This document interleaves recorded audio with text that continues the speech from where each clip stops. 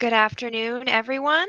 Welcome to day 3 of the Ontario Coaches Conference and today's last session, a nutrition framework for long-term athlete development. A few housekeeping items for you before we get started. This session will run until approximately 3 p.m. You may use the public session chat on the right-hand side of your screen to ask questions to be read aloud at the end of the presentation. If at any time you need assistance, you can contact the CAO team directly by using the chat box in the bottom left corner of your screen that says Contact the CAO, and a member of CAO will get back to you. Today's session is being recorded and will be available for viewing within 24 hours from the Sessions tab. So we are pleased to be joined by Kevin Iwasa-Madge for today's presentation. Kevin is a registered dietitian and strength and conditioning coach at Canadian Sport Institute, Ontario, working with the National Next Gen track cycling and wrestling programs, and provincial track cycling, canoe kayak, and rugby sevens programs. Please join me in welcoming Kevin Iwasa-Madge. Over to you, Kevin. Hey everyone, thanks. So for this session, I'm going to be covering nutrition framework for long-term athlete development. And so what I thought I could do is start with a purpose statement because that's kind of a mouthful and sometimes I'm not even sure exactly what that means. So what I am trying to do today is I'm going to review a conceptual framework for identifying the needs and informing nutrition services decision-making through the athlete development process. So again, it is a framework that is meant to help guide decision-making. It's not to replace expert opinion. This is not meant to replace what a actual sport nutritionist could tell you or do for you. And same thing is not meant to replace what coaching expertise. So it's just a decision-making guide in the area of nutrition for the long-term athlete development process. And so creating something like this was actually kind of difficult. There wasn't there's not any one validated paper or model that's going to tell you all of this. So what I had to do is actually try to synthesize literature in a number of areas. And so I looked into things like public health recommendations. So this is the new Canada's Food Guide image. I also looked at things more on the psychological end, models around behavior change, things like the trans theoretical model, or often you hear about that called the stages of change, health belief models, integrated behavior models, self-determination theory. So there's a lot of kind of old school psychology, behavior change, motivation types of literature I tried to incorporate into a framework like this. I also tried to layer it on top of existing food choice models and frameworks, nutrition taxonomies. So I included some elements from those. Obviously, I did quite a bit of digging into some of the actual nutritional sciences literature on the impact of dietary intake on certain potential performance indicators. And so these are two graphs just from some papers, but there's nothing special about these. That could be any of the potential nutritional sciences or sport nutrition literature there. So I tried to incorporate some of that into it. Obviously taking a look at, with it being long-term athlete development, some of the literature and work around actual athlete development in the kind of coaching world. So some things you may be familiar with, like tactical, technical, physical, physiological, social, psychological athlete development. So including some of that in there, and obviously trying to make sure it works and fits within the existing long-term athlete development models. And then the last kind of area of literature that I tried to include here and make sure that this worked along with is the existing nutrition frameworks that often focus on a really specific skill set or area of nutrition, and trying to take that and extrapolate and kind of thematically analyze that and pull out some of what could be generalized across nutrition in general. And so I put all that together and I came up with this framework that I'm going to present to you today. But again, there's a lot of components to it. So I took that, I synthesized it, and hopefully put it into a way that makes sense for you, because it's a pretty messy set of literature when you try to look at all of this separately. And so the starting point for this then is I'm going to start really at the basics, food and nutrition. We've probably all heard these terms before. Maybe we know what those exactly mean, maybe not. But food and nutrition, and then in the literature, often these are referred to as eating behaviors and dietary intake. So a little more specific, eating behaviors are the actions, and then dietary intake would be the outcome of those actions. And so I really like thinking about it this way, because it allows me then to think of things in terms of the actions or the actual things we want the athletes to do, and then the results of those actions. So eating behaviors result in dietary intake. Eating chicken is the behavior, then the amount of protein you ingest would be the outcome of that. And it gives us a directionality to this as well. So eating behaviors results in dietary intake. And that directionality becomes really important as we think about athlete development, because athlete development is all about taking someone from one place and developing them over time. And so we can start to layer on the nutrition components when we have a directionality like this. So again, eating behaviors are the actions, dietary intake is the outcome of those actions. And then some of the actual specific eating behaviors that you're going to want to be aware of are things like food choices, frequency of feedings, meal snacks, that kind of stuff, portion sizes and timing of these feedings. And depending on the literature you look at, they will kind of slice this pie up in different ways. Sometimes you hear about eating patterns, but really most of the literature in some way is incorporating these 4 types of eating behaviors. So again, food choices, frequency, portion sizes, and timing. So those are types of eating behaviors, and then that results in dietary intake. I'm a visual learner, so I'm going to do a lot of kind of reorienting things so you know exactly what I'm doing with this. So I just took that same flow of behaviors through the dietary intake, and I'm just going to turn it into a pyramid for us to start to work with. I like this pyramid analogy of building a foundation, and then you can build up from that. And so we have this pyramid, and the objective then with something like this, which is basically the starting point of our framework here, is that we're trying to improve health and performance. At the end of the day, that's what matters with sports, is health and performance. So, and that's physical health, that's also psychological health, all of that kind of stuff. But that's what we're trying to do with our nutrition.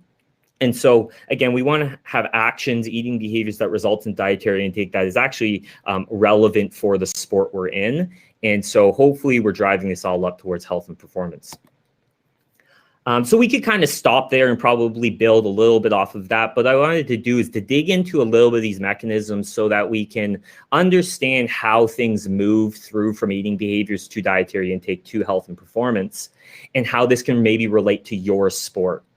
Now, again, with this being a conceptual framework, and I'm talking to a lot of different coaches in a lot of different sports here, I'm not going to dig into any actual specific nutrition mechanisms. I'll highlight a few, and there's a lot that work across multiple sports. But the point here really isn't that these are exhaustive lists of performance indicators and mechanisms related to nutrition. It's really just the idea that dietary intake can enhance adaptation and readiness within the different indicators that the coaches deem important for their sport. So this is one of those points where it's a nice area of collaboration or integration between nutrition professionals and coaches by identifying some of these things specific to your sport. But what dietary intake does is it can enhance the adaptation or readiness. And this is where we tie this into those pillars of athlete development that you already know about.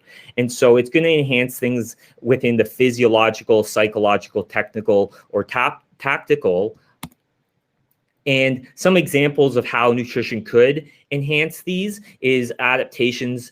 And usually when you think about adaptations, these are more of those durable or long-term changes. These are things that take, weeks, months, years to change over time. And it's not to say we can't unadapt, but they're a little bit more long-term changes in our athletes. Things like increased strength, increased conditioning, change in body comp, improved nutrient status, improved bone health. And a big one is supporting skill acquisition. Nutrition can potentially help with all of that. So again, we're trying to create eating behaviors that results in dietary intake to enhance these adaptations, or also in avoiding certain types of dietary intake, which would maybe inhibit these adaptations. I threw in other there on the list because I didn't want you, again, to think this is an exhaustive list. But these are some examples of adaptations, again, or our long-term kind of strategies for developing athletes. But the other area that nutrition and appropriate dietary intake can help is improving readiness. And these things are a little bit more transient. They may occur, and change by the day, by the hour, by the minute. But at some point when we're talking about athletes and performance, performing when it matters is important. And so nutrition can help with that. And sometimes the way it helps is through things like making sure that athletes are glycogen loaded, maybe optimizing endocrinology, improving concentration, maximizing recovery, hydration, kind of nervous system stimulation. There's a lot of different ways, again, nutrition could potentially help. And these might be things that we're just trying to combine the right amount of nutrition into a performance plan so that they can perform at the right time. And so nutrition can both help, again, on the adaptation and readiness side with really any of the physiological, psychological, technical, or tactical things that you deem important as a coach. The goal is to identify those and then try to get the nutrition to support that. So that's really how, in a nutshell, how nutrition helps with promoting health and performance.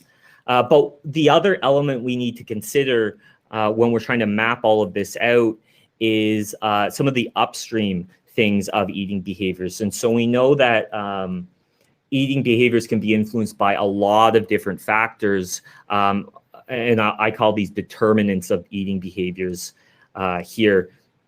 And so I wanted to cover some of these determinants with you.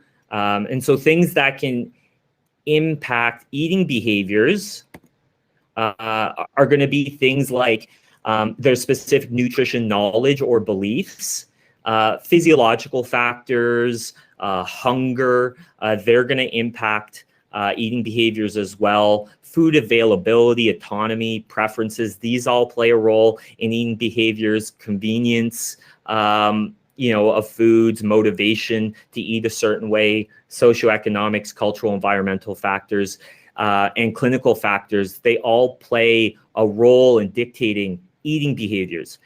And sometimes we fall into this trap of thinking that if we just educate our athletes, then that's all we need to do to get them to eat the way we want them to eat. But that's not true. There's so many factors, and some of this is definitely about education. So it's the knowledge of either the specific knowledge of nutrition, knowledge of their specific requirements. That is important.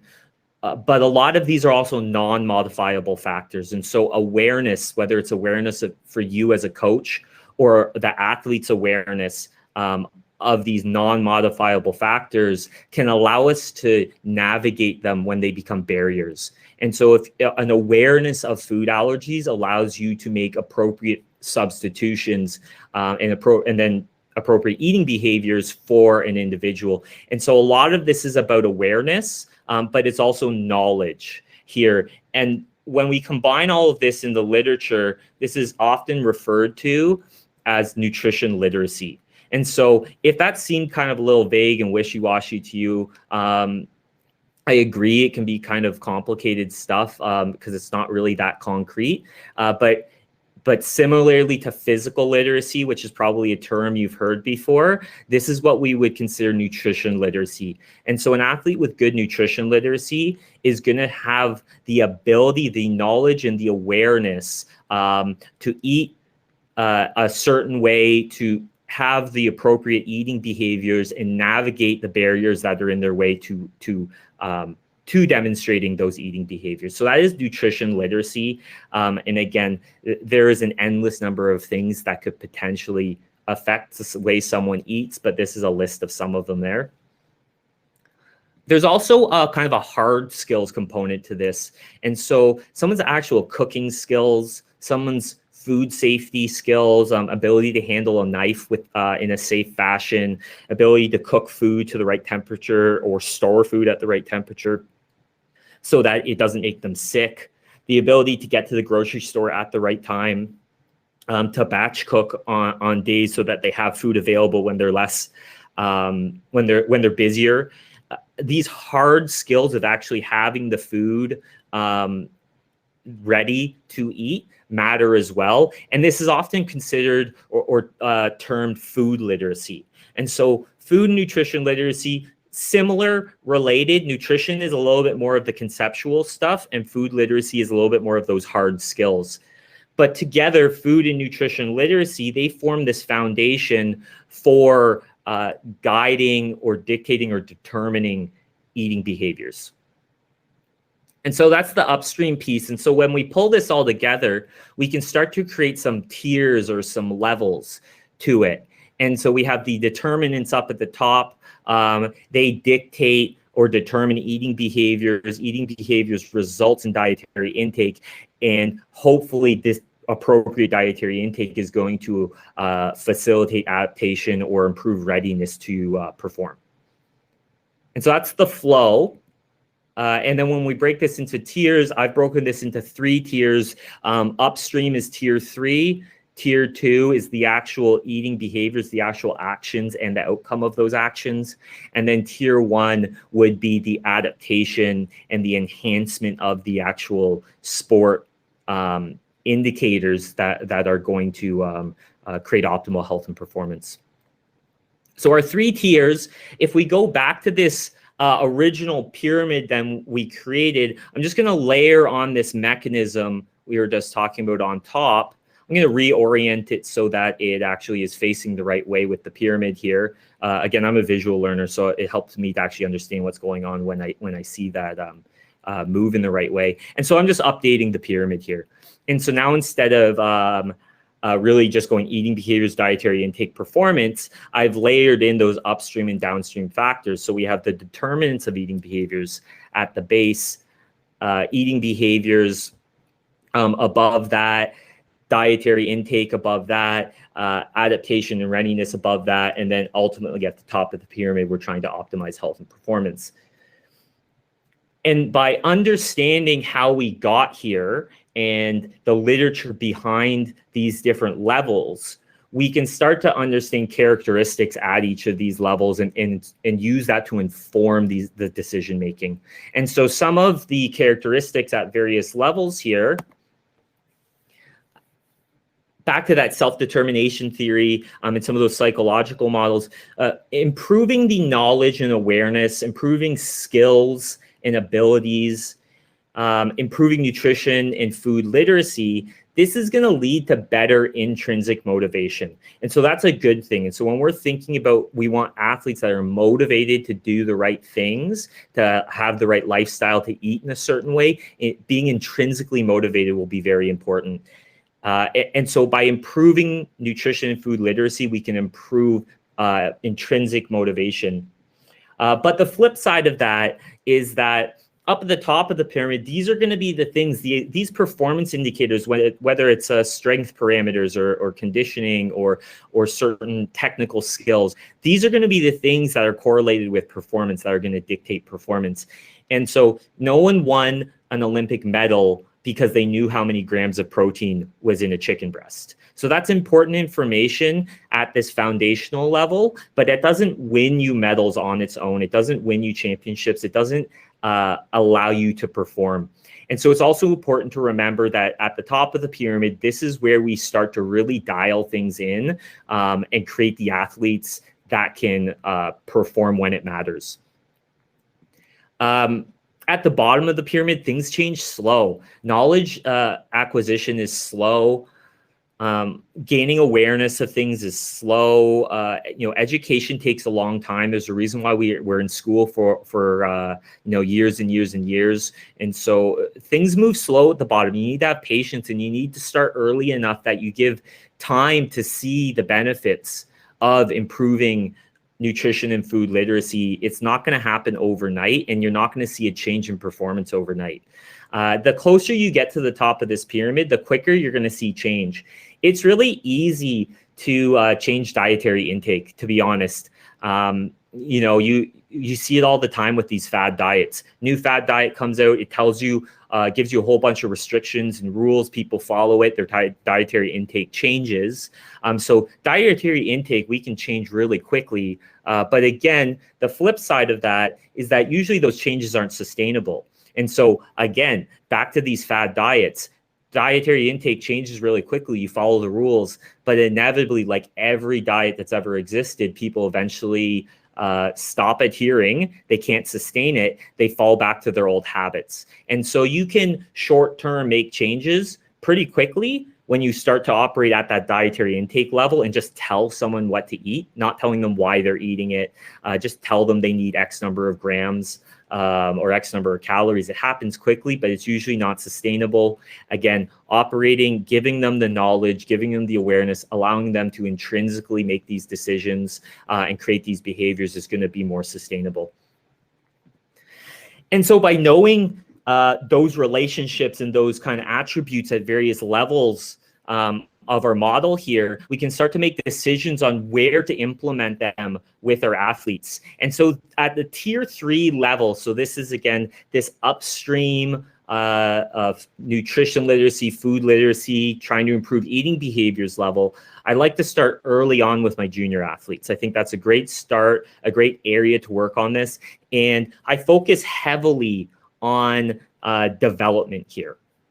It's heavy development focus. I'll still do some assessment in certain situations, and I'll talk to you about the actual development tools and assessment tools in a minute, so it's not quite so abstract, but heavily focused on long-term development here, and we're really thinking about like the long part of long-term athlete development. So this is investing in improving their knowledge, investing in giving them the food skills so that they can get in the kitchen and really cook food, cook it in a safe way. They know how to navigate a grocery store. They know how to navigate any barriers, financial barriers, allergies, emotional eating, hedonic hunger, anything like that. They have the ability and the skills to navigate all of that. It will pay off down the road. So I invest heavily in investment. And maybe a little bit of assessment, but not a whole lot. I'm not worried about measuring my athletes right now. I'm not worried about seeing how well these things correlate with performance. That will come down the road. The next level is kind of that next gen level.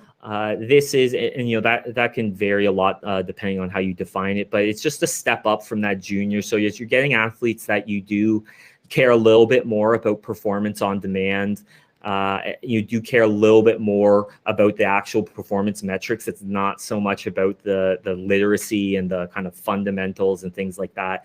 I'm still trying to develop because these are not our elite athletes. So we're still investing in the future, but I will lean into assessment tools a little bit more to help determine if we are making the changes we want to make for health and performance. So I start to balance this out a bit more.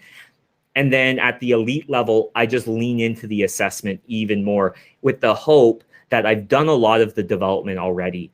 Now, it's not to say I don't do any development work with my elite athletes, because at the end of the day, this is a nice conceptual model, but our senior athletes usually are not perfect. They still have things to learn. They could still navigate barriers better. They could still manage things better. So I still work on development, but this is the area where I do a lot of assessment so that I can feed that information back and make adjustments. So I'm really into the dialing in stage of nutrition work here.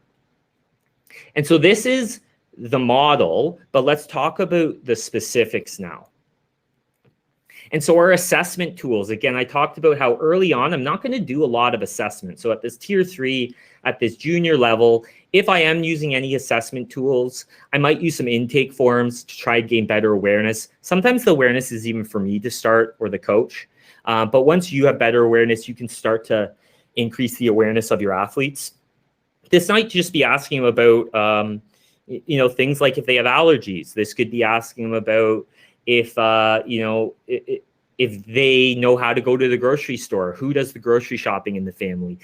Do they cook for themselves, or do they have a parent cooking for them, or a partner cooking for them, or a friend that cooks for them? Or do they not cook at all, and do they go to get fast food all the time? And so sometimes it's just about increasing awareness at this early stage. But I will also run knowledge questionnaires. It's basically like a little nutrition test that you can run, and it can start to tell you, do they actually know the information that they need to know? And sometimes you run that throughout the year to get a sense of, is their nutrition knowledge improving or not? Maybe at the start of the year, they don't know what the protein foods are. You do some education, and then you hope that later on in the season, they do know what their protein foods are. So running knowledge questionnaires can be really useful at this level. And same thing with food skills questionnaires, or even getting in the kitchen and just subjectively assessing their food skills, seeing if they're able to handle a knife in a safe way. That's something you probably want to do live, so that if they don't handle it in a safe way, you can show them and stop them from hurting themselves and those kinds of things. So also assessing those, again, the knowledge, the awareness, and the skills at this early stage. Probably not until the tier 2 level, when they've really kind of graduated from those junior level programs, and they're starting to get to those levels where you're thinking a little bit more where performance matters. I'm going to start to look to assess eating behaviors and dietary intake. So again, I'm just moving up the pyramid here. And so some of the assessment tools will be things like food frequency questionnaires and food frequency monitoring tools. These require a little bit of skill to deliver. So sometimes you as a coach may not be delivering it, but at this level, maybe you have some support from performance staff, or maybe you go and gain the skills. They're not, it's not rocket science giving someone a survey, but there is a little bit around operating some of these tools here. And again, I start with the eating behaviors early on. So that's probably my first step as I start getting athletes entering this level of development.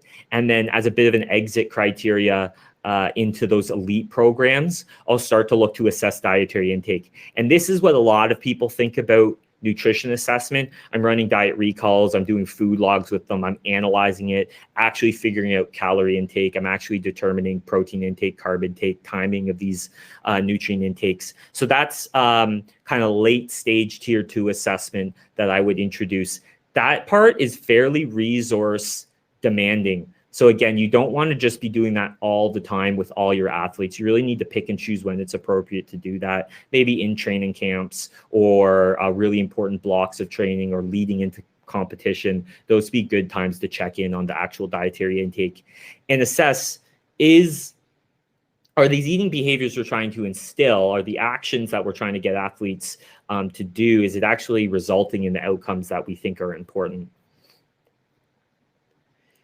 And then at the tier 3 level, this is all that fancy stuff that everyone wants to do. And usually people want to do too early in the development stage. And they want to assess, but the reality is assessing body composition, blood work, hydration, performance analysis, supplement trials, hooking up the metabolic carts, measuring energy expenditure, all that fancy stuff. Again, you could keep going. That's not an exhaustive list.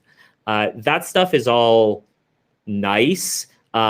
But it really only makes a difference if you've already got all the foundational stuff done. You've already developed your athletes to the point where this information you're getting from these assessment tools is actually valuable. And then you make little tweaks. You're dialing in again. But I would argue that too often we try to incorporate these things early, and they're not actually a good use of resources. And at best, they're probably just a waste of our time. And we could better use that time just teaching athletes how to eat better, just getting them to eat breakfast, getting them to eat balanced meals, developing the kind of foundational pieces. So again, Tier 3, not a lot of assessment. I start doing a little bit more at Tier 2. And then if I've done a good job with my athlete development, we can really get a lot of valuable stuff from these Tier 1 assessment tools. This is almost more physiology than nutrition, but it can really inform, or reinforce decision-making down the road once you've built that foundation. So that's how I would map out my assessment tools. And then for development tools, I'm going to lean into this a lot more early on. I'm going to do a lot of group education. I'm going to do applied workshops. So again, giving them a chance to actually cook food, giving them a chance to actually cut food in a safe way, give them a chance to work on these things. So just like anything, skills take practice. Developing educational resources, really trying to create an environment. So if you think about those, again, those environmental factors and cultural factors with that determine eating behaviors, really trying to, create an environment and a culture around nutrition being important. So I'll try to do a lot of that early on. And then of course, if I have the resources, I'm going to try to do more one-on-one check-ins, checkups with them, and try to drive things that way. And I'll probably do the check-ins and checkups right through all tiers. But you really can't make, if you have no rapport and you're like 2 months out from the Olympics, an athlete's not going to listen to you, even if you sit down with them and try to tell them to eat in a certain way. They've done things their way up till now. So you need to start early, develop a relationship with these athletes. They need to trust you. They need to, sorry, the light just went off in my room. Yeah, sorry about that. And yeah, so early on, develop that relationship with them, and do a lot of education, and then you'll have more impact down the road. So invest early in the development. And then at this tier 2 level, I'll pick and choose when I give someone like something like a food plan. And I'm differentiating here between a food plan and a nutrition plan. A food plan would be something like at dinner, I want you to eat a protein food, a carb food, and a vegetable. A nutrition plan would be at dinner, I want you to eat 800 calories with 50 grams of protein and 150 grams of carbs and whatever. So there's kind of differentiating between those two. I'll start with food plans. And if we have resources, it's always nice to actually do a little food provision, food availability. Having the food right in front of them is going to make a big difference in terms of actually getting them to perform these eating behaviors. But if they have the education, if they know their protein foods, if they know why food is important, if they have an idea of their requirements, just guiding them with some recommendations around food is probably all you need to do to start to create these eating behaviors. Again, later on, I'll pick and choose when I have an athlete who I think has really good nutrition knowledge. They can actually, I tell them I want you to eat 2,500 calories on a certain day. They know what that means. Because if they don't know what that means, if they don't know the calorie content of their food, that's a useless statement. So I reserve these nutrition plans only for the athletes that I think are ready for that kind of advice. And again, I don't do it all the time because it's usually not sustainable to be that strict with your recommendations. The other thing I'll do at this stage, depending on requirements and what we're trying to accomplish, I may introduce some supplement planning here.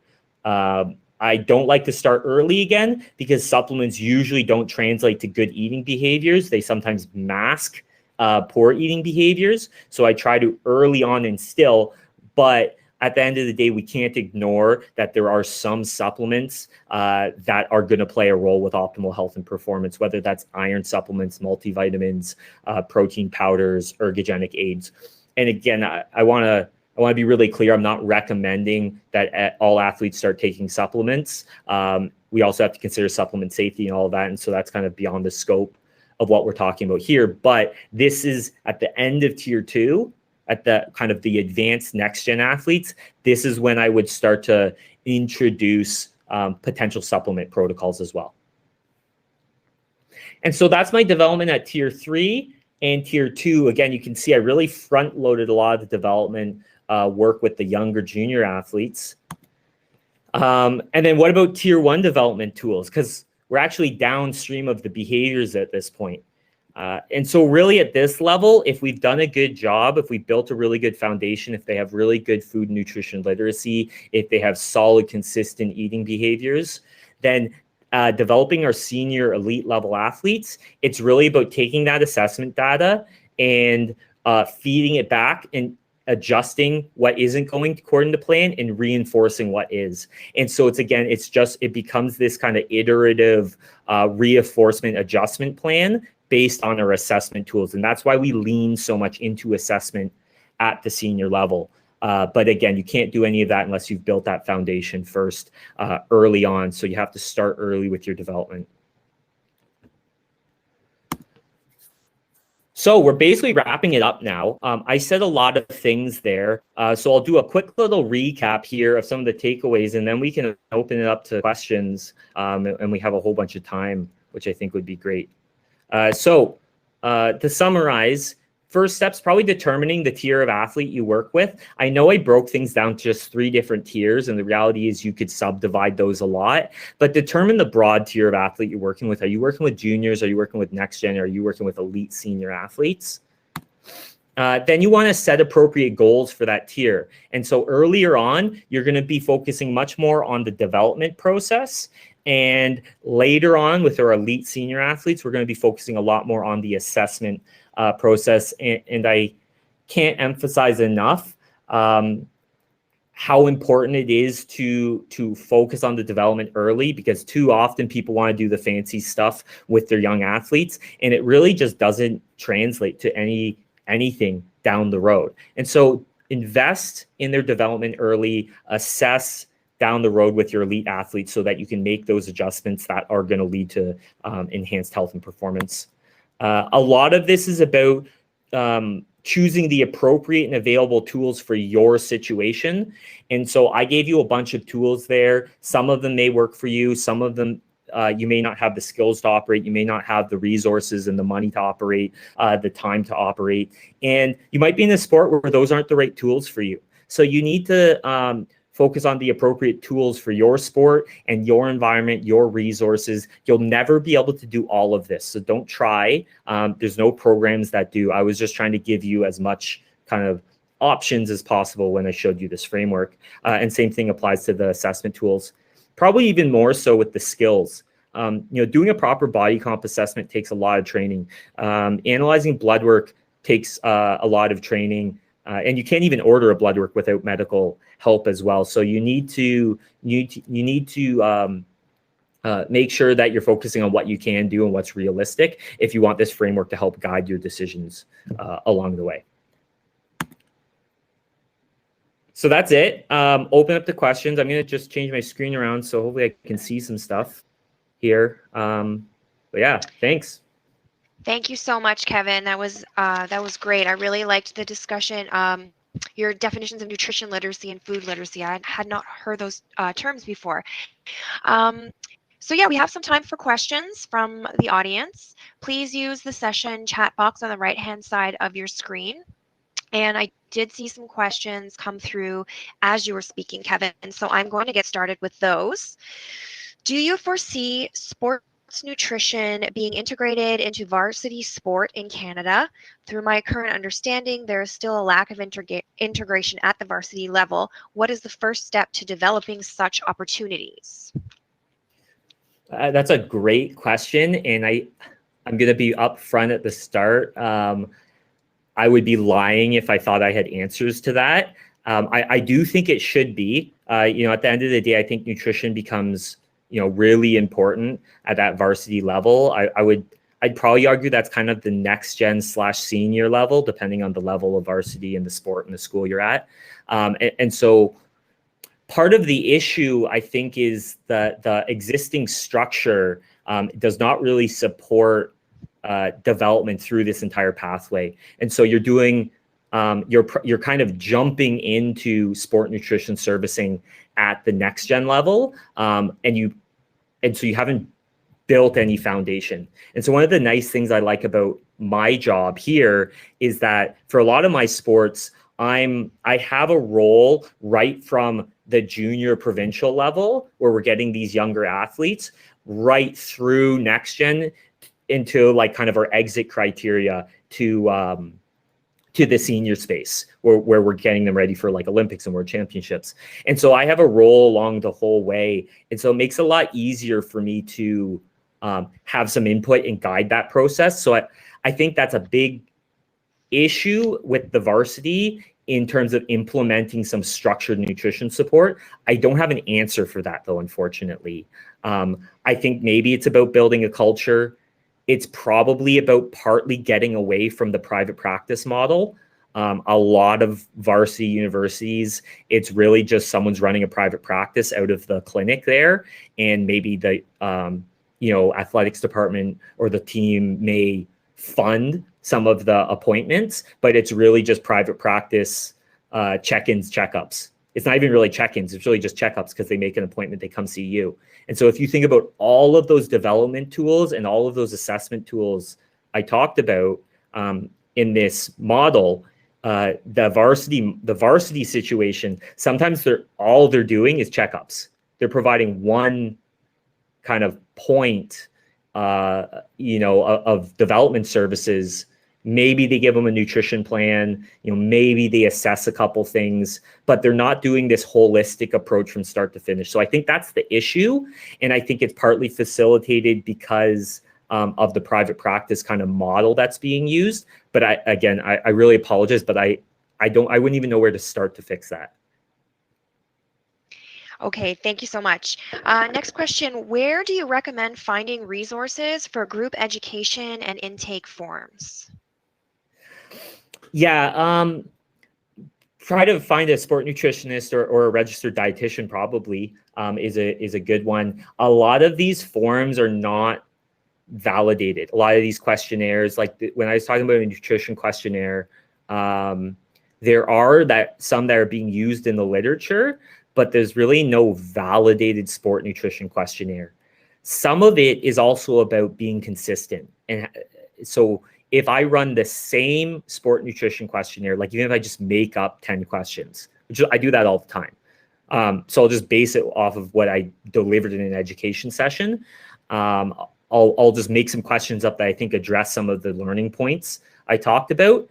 I'll deliver that questionnaire, and then I'll save that same questionnaire. So maybe I'll deliver before the session, after the session, or deliver it after the session, and then 3 months down the road to see if they retain that knowledge.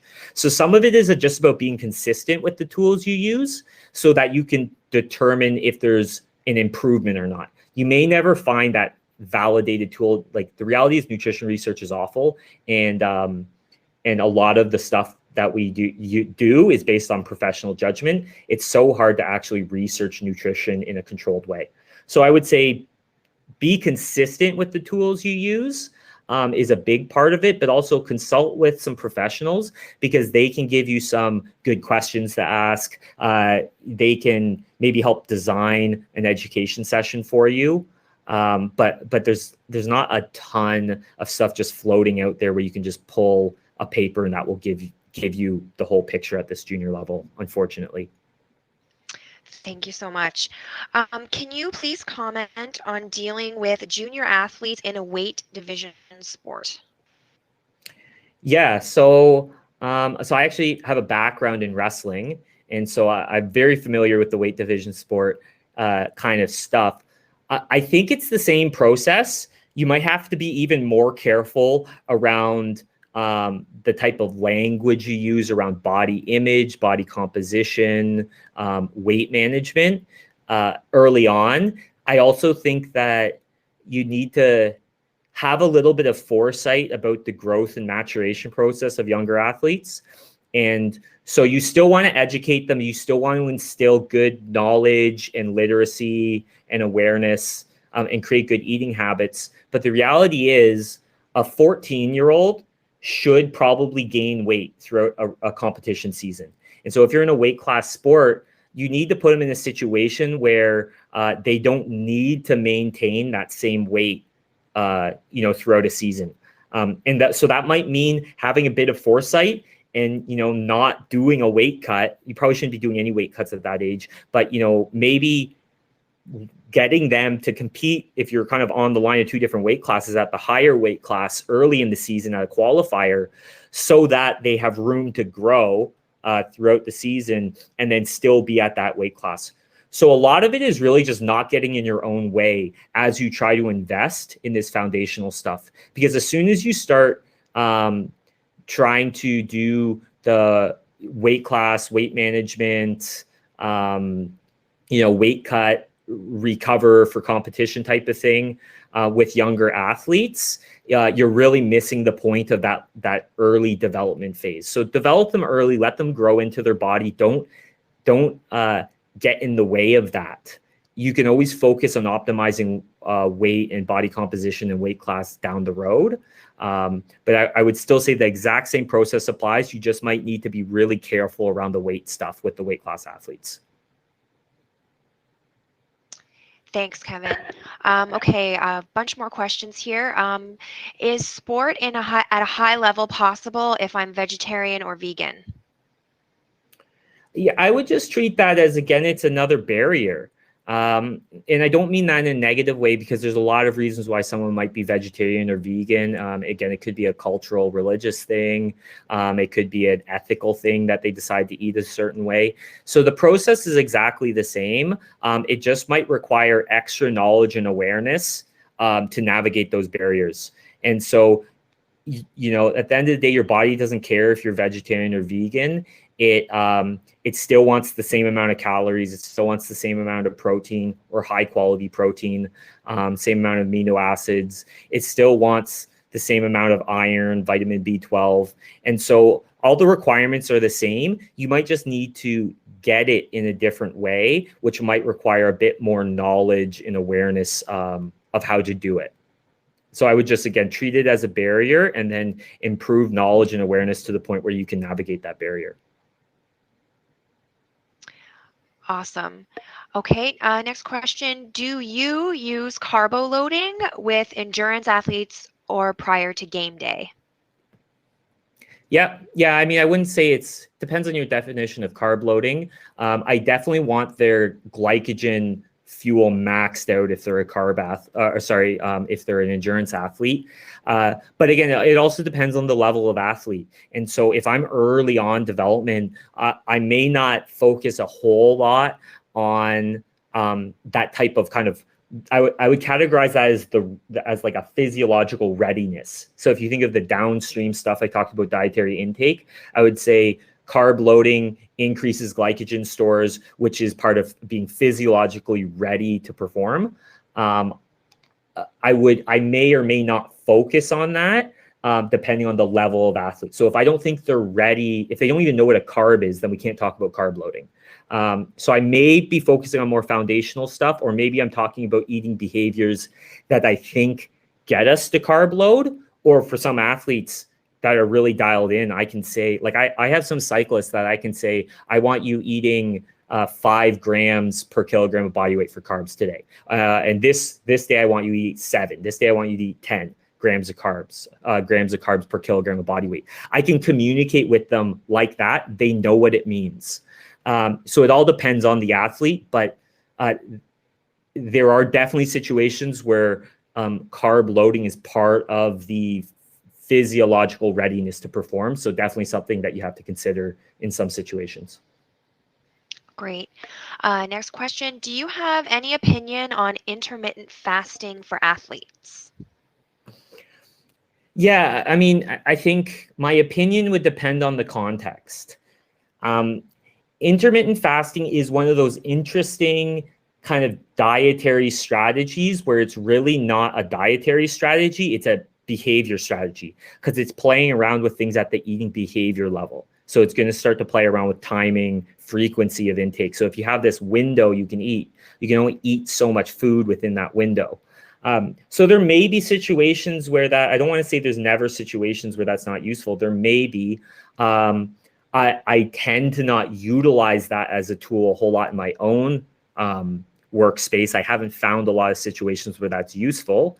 But just again, I would say that's an eating behavior potential tool. And sometimes I tell people, sometimes I tell people with intermittent fasting, you probably really need to eat in the morning because it's compromising adaptation to training or something like that. And there are other times where maybe I don't focus on it as much because I don't think it's getting in the way. But usually if I'm at that junior level, I'm not recommending that because, again, I'm trying to build consistent, sustainable stuff through knowledge and awareness. And I want to create kind of general good eating habits and behaviors. So I'm usually recommending them to eat breakfast, lunch, dinner, and some snacks. But I may or may not kind of feel like intermittent fasting is a good idea. Probably most of the time I don't think it is, but there might be situations where I'm okay with it with more of those elite athletes where we're really more kind of trying to modify things at that kind of behavioral or dietary level. Hopefully that answered the questions. Okay, great. I have 2 more questions here. How could screening or monitoring for disordered eating or mental health issues be integrated into nutrition education? Yeah, so it's a good question. I think the education and the screening are 2 different things, right? And so I think I understand what you're asking, though. So at one, I would say that you probably need to find a way to screen for these, especially in some sports. Now, some sports may not be as big of an issue, but there are definitely sports where you want to integrate that screening process in. That may require you educating your colleagues, other coaches, parents, anyone who plays a role, any stakeholder, organizational managers, PSOs, NSO, whoever you work with, support staff, of this being important. So you may have to educate them even just to get buy-in, but you probably should be implementing it in some sports. The other thing is that you may need to educate the athletes on the importance of whether doing the screening process or, sorry, the light in the room went off again, or around disordered eating. You may need to educate them on resources that are available to them if they feel like they're struggling with these things. So so I think in some situations it's really important. Some sports, it's really not a huge concern, though. There's very low prevalence of disordered eating because of the culture, right? So it's fairly highly dependent on the sport, but there are definitely situations where you want to integrate that, and then you may need to educate everyone involved on why it's a good idea to get buy-in. Excellent. Okay, how do you approach and communicate effective strategies with athletes who provide for themselves or are potentially in a lower socioeconomic demographic? Yeah, it's a good question. So I think at this stage, we're kind of operating early on in the framework again at that junior level. And if they're not junior athletes, it's kind of a shame that someone didn't help them out with this when they were junior athletes. But you're trying to develop, again, the knowledge and the awareness around that. You can eat healthy on a budget. It's just more difficult. And so it may be about working with them, getting them to develop those food literacy skills around management, getting them to understand how to shop on a budget and still get the foods they need to get the nutrients they need. So I think it's kind of like the vegan vegetarian question. Socioeconomics kind of stuff becomes another potential barrier you have to navigate. So I think that, finding ways to develop that awareness and knowledge, it becomes increasingly important in those situations. Okay, great. I do have some more questions here. So since we have time, let's do it. Do you have any comments about the Scandinavian dissociated diet? I'm not sure what that is off the top of my head, so I apologize. Okay, no worries. How can team meals or organized potlucks work within your framework? Yeah, so I think that's kind of the eating behavior development area in some situations. In other situations, it's just culture building. So if it's just periodically you're doing a potluck for kind of team building morale and trying to build culture around choosing healthy foods and things like that, I think that's a great idea. Obviously we're kind of COVID aside right now, right? So you got to do that in the right way at the right time. But I think that's a great idea for trying to develop again that culture and that kind of knowledge awareness kind of side of things. Maybe even that's a great opportunity to incorporate some kind of applied workshop stuff where you can actually work on skills around that in a safe setting where you have people that can supervise them. So I think those are all great situations there. If it's being done on a regular basis, or maybe it's being done at a key time, like around a competition so that they have the right food, now you're getting into kind of food planning and provision. So I would say that may be more at that, let's get them to perform on the day that it matters. And so I would say maybe that's leaning a little more into the next gen space. But I think it could be either of those. But the reality is an elite senior athlete, if you put food in front of them, that can only make it easier. Okay, I have a sport-specific question here. Any thoughts on the sport of golf and the applicability of this framework? Yeah, I think it works exactly the same way again.